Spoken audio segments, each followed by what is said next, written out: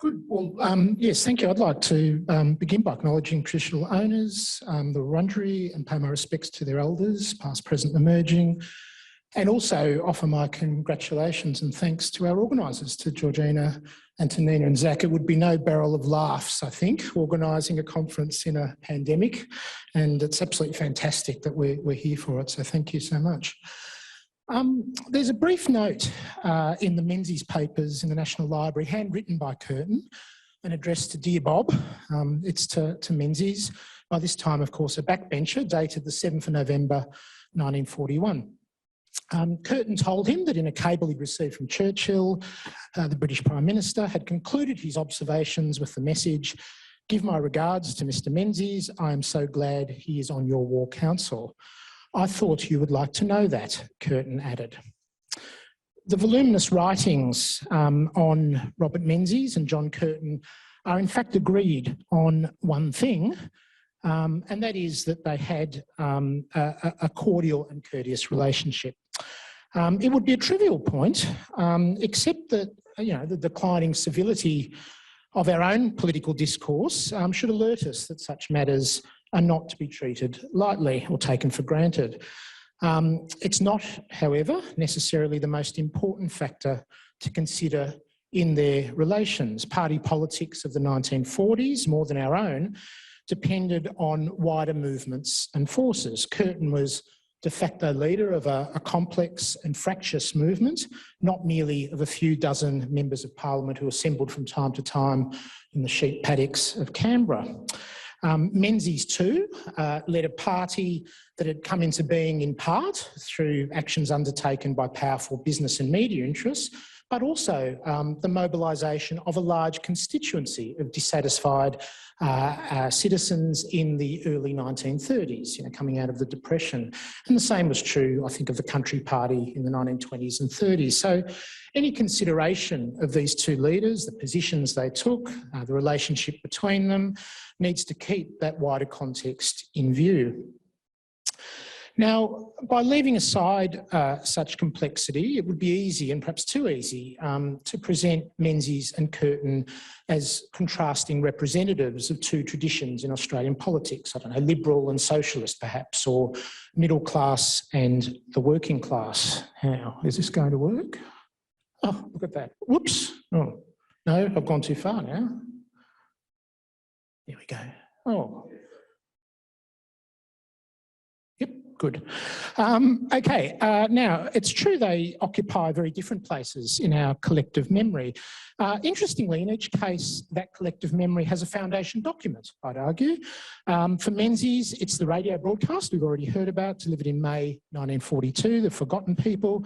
And for Curtin, it's an article written for the Melbourne afternoon newspaper, The Herald, published on 27th of December 1941 under the title The Task Ahead, now, of course, usually recalled as Curtin's appeal to America.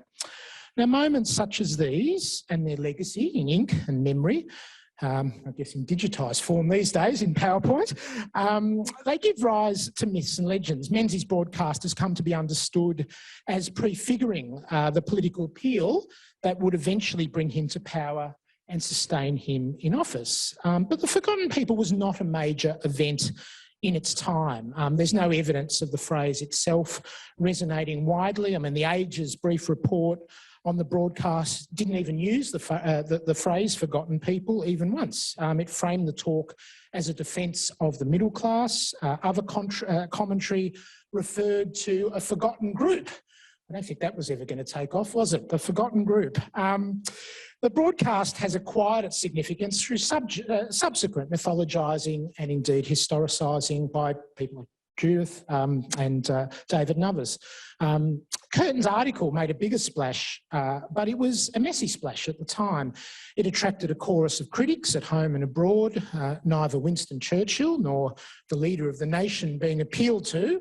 FDR, Franklin D. Roosevelt, sent Curtin fan mail. But Curtin's article has also been mythologised as a turn to the United States, even when we have abundant evidence that Curtin spent much of the remainder of his life seeking to strengthen Australia's relationship with Britain, to which one could add, of course, that, as Peter Edwards has shown, Menzies quietly appealed to the United States on numerous occasions while he was Prime Minister on behalf of Australia and indeed the British Empire. Here is another way, I think, in which we need to see these two men, each a product of late colonial small town Victoria, as having overlapping rather than distinct histories. And it's been interesting actually to hear a number of the papers making much, and I think quite correctly, of the way in which we need to relate them to those, sort of provincial Victorian roots of the lives of each of them. And interestingly, with that area around Ballarat being very important to both. Both men are today well regarded as Prime Ministers. We seem to have become ever more attached to lists and rankings over the last few decades. That habit has extended to political scientists and historians, ask for who they think was, the best Prime Minister and so on. The most recent of these surveys in 2020, undertaken by Monash University scholars, has, and I'll move along there. Here we go. So it has John Curtin coming in first, followed by Hawke, Deakin, Chifley and Menzies, the same result as the survey turned up a decade earlier. Now, this kind of exercise is obviously heavily laden with the values of those being surveyed, however expert they might be. Menzies and Curtin were both wartime Prime Ministers, which one might argue allows for comparison, yet they each faced a very distinctive situation. Menzies' leadership ending before Pearl Harbor, Curtin's coinciding with the period of the war in the Pacific. They each faced very different challenges as well as very different opportunities, as Anne's paper has just emphasised. And how does one compare a short wartime Prime Ministership such as Curtin's with a long one such as Menzies, undertaken mainly in the era of peace, while of course haunted by the prospect of another war, particularly in the early 1950s, and I suppose again you could say at the time of the Cuban Missile Crisis. Nonetheless, few would doubt that each of these leaders would be considered in the front rank of Australian Prime Ministers. Even the harshest of Curtin's critics among the historians in recent years, the late John Hirst, conceded that his critique of Curtin's leadership, which he founded partly on the claim that Curtin lacked physical courage, would not lead to his downgrading him very far in the ranking of Prime Ministers. He doubted his greatness, but not that he deserved admiration for what he was able to achieve in difficult circumstances, including the circumstances imposed by his own limitations. Similarly, Menzies' detractors would surely also concede something more than that he had great political skills. The post-war nation-building achievements look better every year as we contemplate the policy failures of our own century and the absence of compelling vision. And as historians have shown from as long ago as the publication of the first volume of Paul Hasluck's official war history, which is the early 1950s, there's also a case to be made for the achievements of Menzies' brief wartime Prime Ministership as well.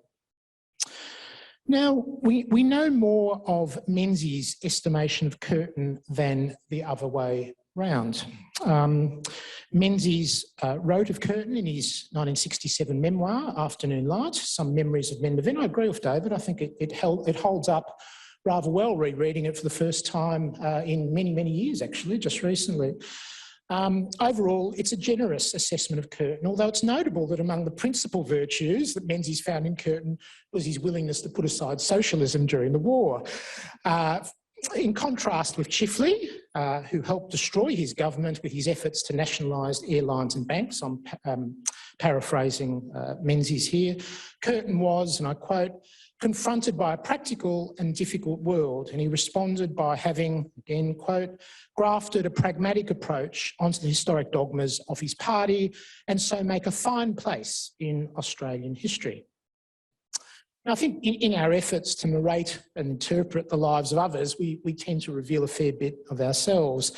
Is this not also a fair description of Menzies' own post-war rule? You know, that pragmatic conservative dimension of working within the Australian settlement, for instance, that was mentioned earlier today. According to Menzies' testimony, in the years they faced one another across the chamber, the two men met and spoke regularly, and Curtin, with his philosophical mind, loved nothing more than a personal discussion which had no particular relationship to the business before the House. In that forum and elsewhere, Menzies thought Curtin a good and effective speaker, not perhaps a great one. But he admired Curtin's parliamentary speech-making enough to tell him he thought it a pity that Curtin tended to read typed statements in the House as often as he did, rather than speaking more off the cuff. The shrewd reply of Curtin, the former journalist, was that the press didn't report anymore. If you gave journalists the text, you'd had a fair chance of getting into the newspapers. Otherwise, it's just a gamble as to what you'll find that you said. Reading between the lines, I think that Menzies was to some extent taken in by Curtin. Menzies was certainly on to Chifley's methods. He accuses him in his memoir with some justice, I think, of a sort of naive vanity that he hoped to be underestimated with advantage, that Chifley hoped to be underestimated with advantage. It was Curtin not also playing a game of this kind, one that he too played to his advantage? I hesitate to make too much of modern comparisons, but I'd suggest that the Prime Ministership fell to John Curtin in 1941 in a manner that, at least in one respect, bears some comparison with how it fell to Scott Morrison in 2018. The precious parcel ended up in the hands of Curtin, of Morrison, but mysteriously neither appeared to have had anything much to do with putting it there. John Edwards challenges the interpretation of Curtin as the reluctant leader as part of the myth of St. Jack. And Curtin, I think, played this to his advantage, just as the myth makers, of course, have subsequently made much of Curtin, having office thrust upon him, the reluctant leader. It's been to the advantage of his reputation. It beggars belief, really, in some ways, that a man of Menzies' intelligence, for instance, could really believe what he told Stanley Melbourne Bruce, that Curtin had told him. Menzies, that is. So Curtin had told Menzies that Curtin's own greatest ambition is to remain leader of the opposition for the duration of the war, which I find a very unlikely thing indeed. Yet there's no indication from the context of that letter that Menzies did in fact practice the scepticism that you might imagine. And the fact that he reinforced the idea decades later in his memoirs suggests that he seems to have somehow convinced himself that Curtin didn't really want office. Old man, Curtin is supposed to have said, I was quite happy about you as Prime Minister, so were my fellows. Had you continued as you were going, we would have taken no steps to defeat you. But when your own people rejected you, my people decided to attack and nothing could hold them. To which one might reply, Malcolm, if only those Dutton people had behaved themselves, Curtin belonged to a movement that had always been suspicious of strong, thrusting, charismatic leadership, hostile to those who tried placing themselves too far above their fellows. This is a part of the culture of the Labor movement. Menzies had the very exemplar of that point in his own ranks, in Billy Hughes. There he was, sitting in cabinet. In the same September 1939 letter to Bruce, in which he reported Curtin's supposed lack of ambition, in fact, it's the same letter that Anne just quoted from in relation to another matter, Menzies said of the wily old Hughes, Billy is the senior minister, and quite frankly, he is impossible. He has become a pathetic and futile figure in the House, and in Cabinet, although he can be vastly diverting and cleverly destructive, he has no positive contribution to make on anything. Indeed. But he was also, of course, Hughes, along with the equally destructive Jack Lang, the central figure in the history of the modern Labor Party. So no one did more than Hughes through his negative example to reinforce Labor's hostility to charismatic leadership of a kind that set itself above the collective will of the party. Can Menzies have missed how Curtin's whole mission as leader, and it will continue through the war years in his handling of matters like conscription for overseas service, it was all an effort to avoid the destruction that Hughes had wrought. Curtin's style had some of the features of what the late political psychologist Graham Little would call inspiring leadership, but it was always tempered by very large doses of what Little calls group leadership, the most common variety, in fact, found in Labor's ranks. Judith Brett, helpfully defines a style of leadership for us. I quote from her, "People are seen as belonging together," she says, "and the emphasis is on the emotions and experiences that bind, on trust, loyalty, self-effacement, tradition."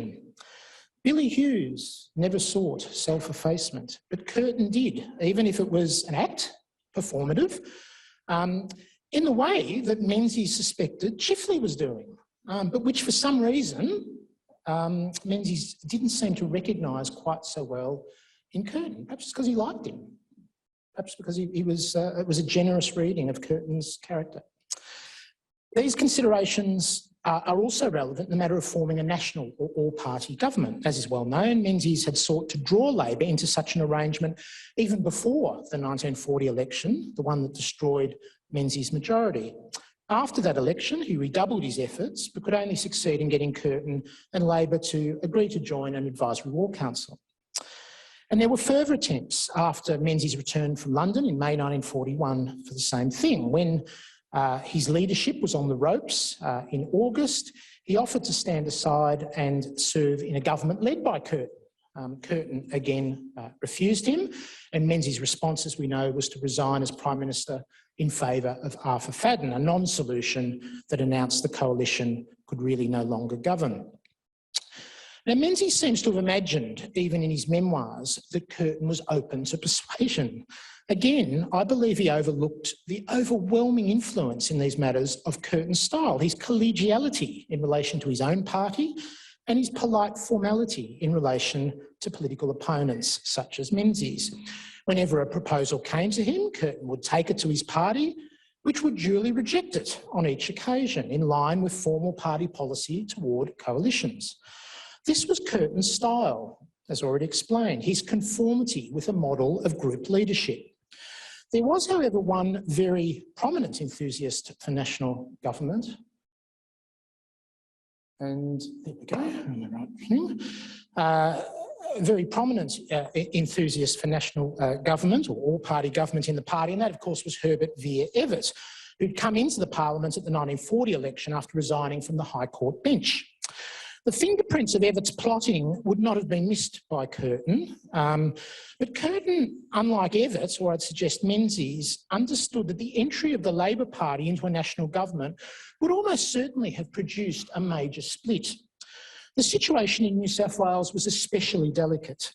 Lang remained an influence there, and the Langite Beazley group in the federal parliament had split off again ahead of the 1940 election after the carriage of a motion at state conference calling for hands off Russia, in line with communist but not Labor policy. And it reflected, in fact, the influence of communism and communist ideas within the New South Wales Labor Party. Evatt had not come to the Labor leadership Evatt had not come to the Labor leadership and kept it because he had the instincts of a Sunday school teacher. Rather, he had a shrewd appreciation of the play of power, faction, ideology and personality in that most turbulent thing, the interwar Labor movement in Australia. Even within caucus itself, he had turbulent personalities, to put it mildly, and even more so after the 1940 election, which brought Arthur Calwell and Bert Evatt in to join the likes of Eddie Ward, that bloody ratbag, as Curtin described him to journalists, and stabber Jack Beazley, once his group had rejoined the party in 1941. The idea of a national government would continue to bubble along even after Curtin became Prime Minister. In his memoirs, Menzies refers to some developments before the 1943 election involving the ambitions of an unnamed senior member of the government. Even in the 1960s, Menzies refrained from mentioning the individual. The proposal was that the minister concerned would cross the floor with his followers and vote out the Curtin government. The minister concerned clearly thought he could do a Hughes or a Lyons. Menzies, on being informed of the idea, said that if it happened, he would vote for Curtin. And assuming that at least some others followed him, the whole plot would fail. It wouldn't have the numbers on the floor of the House. The whole idea seems completely absurd. We now know that there's nothing absurd about it, that due to, we know from John Murphy's biography, that the man in question was Evatt, and that he was certainly flirting with some such notion ahead of the 1943 election.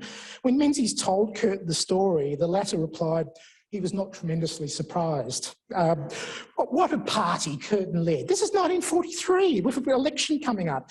Even allowing for the undoubted loyalty and talent of several key ministers, could anyone else but Curtin have really held such a collection of material together? His whole approach to party leadership was haunted by 1916 and 1931 by Hughes and by Lyons. Now, Curtin would prove an effective leader of a nation at war. He built intelligently on foundations laid by the Menzies government of 1939 to 41, and his government expanded the welfare state, although it didn't initiate it. I mean, the economic historians tell us now that the November 1939 budget of Percy Spender was probably, you know, the first Keynesian budget in Australia. He was acting treasurer. Curtin's government expanded the welfare state. It committed to full employment and so on. It extended government control over fiscal and monetary policy. But Curtin was in the end a politician, a good one, and he necessarily exploited the idea that his predecessors had left the country inadequately defended, even while reaping the benefits of their far from inconsiderable efforts. He might have regarded Eddie Ward as a ratbag, but Curtin saw political advantage of the myth of the Brisbane line, the story that Conservatives intended leaving much of the country to the Japanese. And Ward was allowed his frolic, which did Labor no harm at the 1943 election. So Menzies would return the compliment, of course, in December 1949. Australia's prosperity in the Menzies era rested in part on the rapid, industrialisation and mobilisation of the war years, and especially the war against Japan. It also relied on the policies of post-war reconstruction that probably only a Labor government could have delivered in quite the way it did. Menzies, in fact, admitted as much in relation to the immigration scheme in his memoirs. The order that emerged in the 1950s and early 1960s still owed something to the dynamic of Menzies' wartime relationship with Curtin and the legacies of Labor's post-depression economic and social vision. Thank you.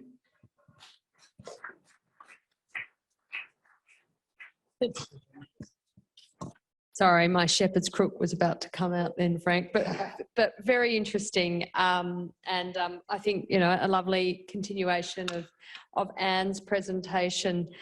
I wanted to start off by asking you, why do you think Curtin and Menzies did have such respect for one another? You did touch on it when you're talking about Menzies talking about Curtin, that he was very pragmatic, so not very socialist, obviously. Obviously, Menzies felt that he could deal very well with Curtin. But what do you think were the common elements in their beliefs that made that relationship a working one, a good working one, and obviously there was a personal affection as well? Thanks, Georgina. Look, I think there's a lot more in common than you know, we've probably been inclined to imagine. I mean, it's interesting, yeah, thinking about the kinds of things that Menzies read, which we've heard a bit about today. Well, really, in a lot of ways, the kinds of things that Curtin would have read. Not at private school, obviously, but, you know, in the public library of Victoria or in Socialist Party circles. English poetry, they loved the stuff. Romantic poetry was mentioned earlier. I mean, in a lot of ways, you know, they're both British Australians of a particular generation, and I think that had a lot to do with their capacity to talk to one another and to cooperate with one another. Yeah, sure. Yeah, no worries. Yeah, oh, sorry, I was just going to make the point that they had a lot more in common, perhaps, than we've usually considered, I think. You know, they're British Australians of a particular generation. It was always clear that Menzies was going to be able to deal with Curtin, that he was someone that he could do business with. He knew that Curtin was dealing with a complex labour movement, that even the positions Anne was talking about earlier on the outbreak of war are very shaped by the need to keep the party together. And I think Menzies did understand that, actually, that he was probably dealing with one of the more reasonable faces that he was likely to have to deal with in the Labor Party. Yeah.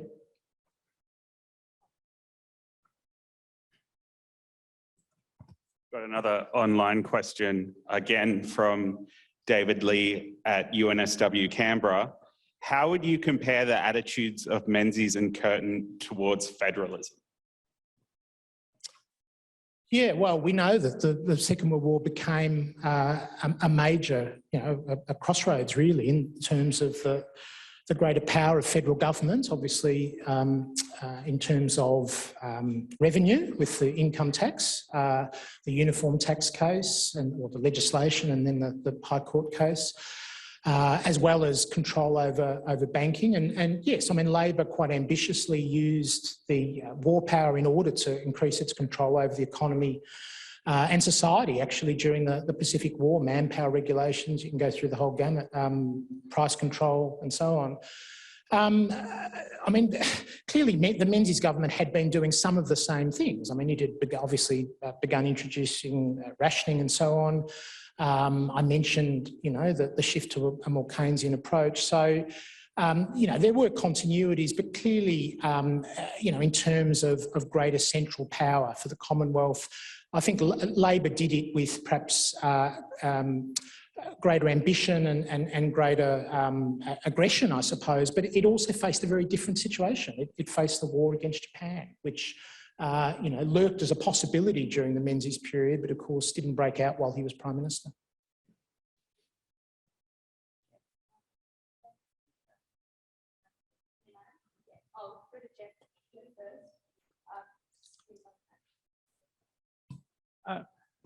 Yeah, Frank, that was very interesting. I was thinking in terms of the latter period of the war, when Australia really, in a sense, winds back relatively its military involvement. And that happens under Curtin.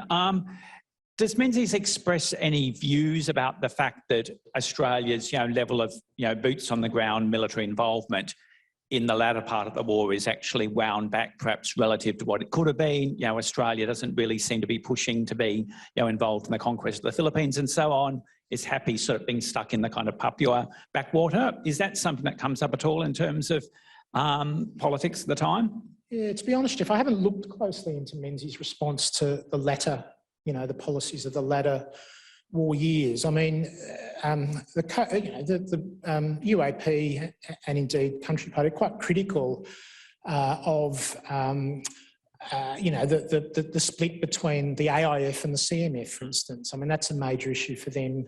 And indeed, it was really out of that issue that we get the beginnings of the reorganisation of the non-Labor forces into the Liberal Party in 1943. It comes out of that issue of the organisation of the armed forces and the issue of conscription. The formation of what's it called? It was an armed national service group, I think, within the UAP. But I'm not sure about the very late war period. I haven't looked into that. Yeah, it was a bit outside my brief for today.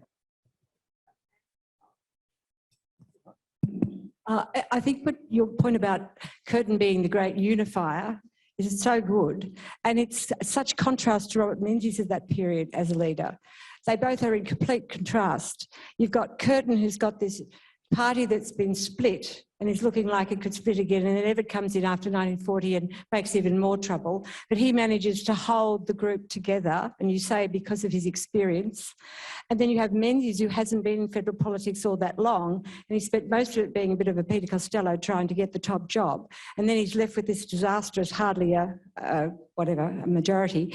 And then when he comes back later, he's so much better at what Curtin did. So could you just make a few comments about that contrast and the qualities that Curtin had to be able to hold the group together at that time against Menzies' problem of not being able to? Yeah, well, I mean, Curtin doesn't hold them together in a way because, I mean, as I said, they do split. I mean, there is another, he must have been ripping his hair out by this stage in 1940 because, Labor splits again after all the work he'd done to try and reconcile with the Lang group, back in the mid-30s. But yeah, look, I mean, obviously very different situations though, isn't it? I mean, you've written on this, Menzies became leader of the UAP at a time when it had been there a long time. It was a party formed really to deal with the Depression. And, by 1939, 1940, There are a lot of internal enmities. It's a tired government. I mean, it's one big effort to do major reform had failed in 1938-39. That was over national insurance. Menzies was at the heart of that controversy, obviously. So I think very different sort of situations. And you know, Curtin also had the benefit, if that's the word for it, of the war with Japan, in the sense that it was undoubtedly a unifying factor. I mean, the communist issue you mentioned is a good example. I mean, the Communist Party has a very different attitude to the war once the Soviet Union's entered it, and that's the world that Curtin's dealing with, as distinct from the one that Menzies had. Yeah. Thank you so much, Frank. Pleasure, Georgina. Thanks. Thank you.